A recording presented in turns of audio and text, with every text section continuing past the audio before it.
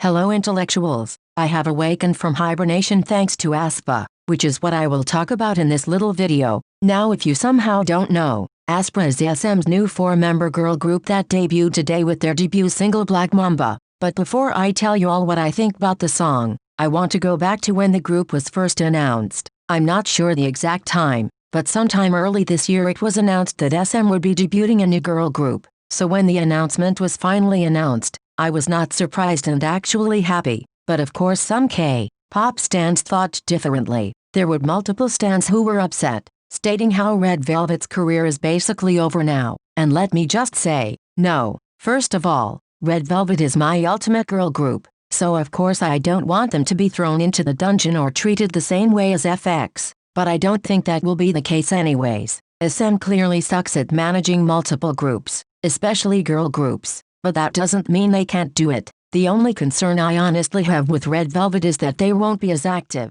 but then that's when solo and subunit activities come in. This is stereotypically the trend with groups as they get older, especially for SM groups, where the majority of SM solo artists are from SM groups. As long as Red Velvet remains active at least once a year, I think I will survive. Now, moving on, I want to talk about my general thoughts surrounding Aespa, especially their concept. So Aespa's concept revolves around all the members having their own avatar. This has been compared to KDA, which is a virtual group consisting of 4 champions from the game League of Legends. Did SM steal this idea? No, there have been other groups, more specifically bands, where people have their own virtual character. It just hasn't really been portrayed in the same way. Did SM get inspiration from KDA? Honestly, I think that is the case, which technically isn't a bad thing, but it does show how dumb SM is. SM wouldn't need to be incorporating ideas from other groups or companies in order to be successful if they had just promoted their groups,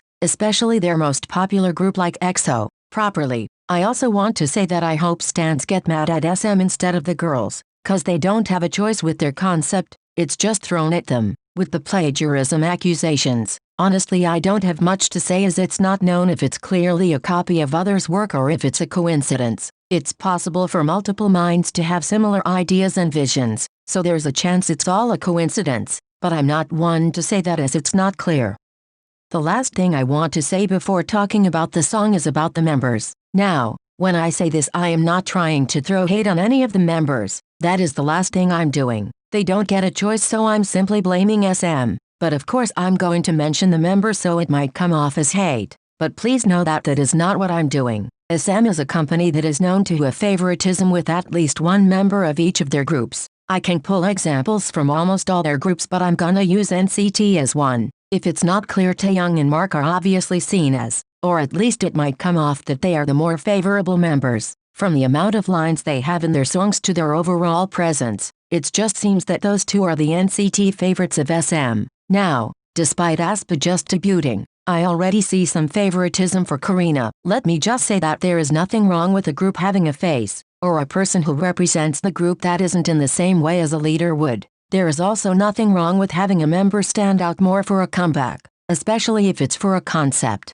Take Dreamcatcher for example, especially with Deja Vu and the story it tells. The problem is, or at least the problem I have, is that it's for their debut. A debut is supposed to, or again this is what I think, show all the members and what they are capable of. With this being said, I would expect each member to shine just about equally, but of course SM thinks differently. A few days before their debut, a few concept photos of Karina were released. At first I thought we were getting photos like this for every member, but that wasn't the case. We only got Karina. Now, I was okay with it at first because I thought it was for a story, sort of like what I mentioned with Dreamcatcher, but after seeing the music video, that doesn't seem like the case. There could be a chance this will connect to future comebacks, but it's still frustrating to see favoritism which doesn't give a clear end result of its purpose. I can't say Karina is SM's exact favorite to a full extent, but it definitely comes that way as for now. I also just want to say that I know this is a huge first world problem and it's not deep nor should I care this much about it. But as someone who has been a K-pop fan for over 5 years now, I've seen too much of it, and me being the person I am, I just wanted to get it off my chest by ranting about it. Okay, so now we made it to the part where I tell you what I think about the song, and let me just say that it's a masterpiece. First listen I thought it was okay, but after listening to a few more songs all I can say is that I'm addicted. the beat drop is definitely the best part. I even repeated the music video teaser just because of it. Black Mamba might not be the strongest debut, but I think it's a pretty good song for a debut. Last thing I wanna say is that all the members seem super talented and they come off as all-rounders, which is even better. I have been following Ning Ning for years now, so I am so excited she finally debuted and no doubt she is my bias. Overall I think Aespa has great potential and will definitely dominate the 4th generation. But anyways, that is all I have to say. I don't plan to go back into hibernation, but like always I can't make any promises. I hope you enjoyed this video. Okay, bye.